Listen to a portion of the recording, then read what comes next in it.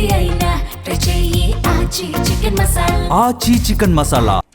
CM Revanth రెడ్డిపై అనుచిత వ్యాఖ్యలు చేసిన బీఆర్ఎస్ నాయకుడు దాసోజు శ్రవణ్ క్షమాపణలు చెప్పాలని ప్రభుత్వ వైపు బల్మురి వెంకట్ డిమాండ్ చేశారు. ముఖ్యమంత్రి ఫోటోలను ప్రభుత్వ కార్యాలయాల్లో పెట్టాల్సిందేనని స్పష్టం చేశారు. గజ్వేల్ ఎమ్మెల్యే కార్యాలయ ఘటనను అడ్డుపెట్టుకుని బీఆర్ఎస్ నాయకులు అడ్డగోలుగా మాట్లాడుతున్నారని మండిపడ్డారు.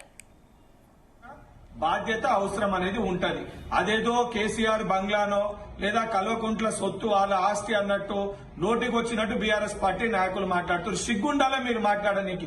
మరి బీఆర్ఎస్ పార్టీ అధికారంలో ఉన్నప్పుడు ప్రతి ఎమ్మెల్యే క్యాంప్ ఆఫీస్ లో మరి కేసీఆర్ గారి ఫోటో ఆ రోజు పెట్టలేదా?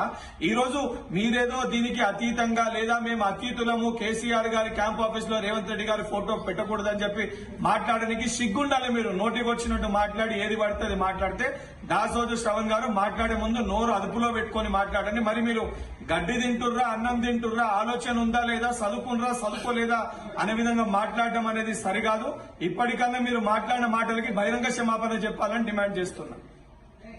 ఈ రోజు గజ్వేల్ లో జరిగిన సంఘటనని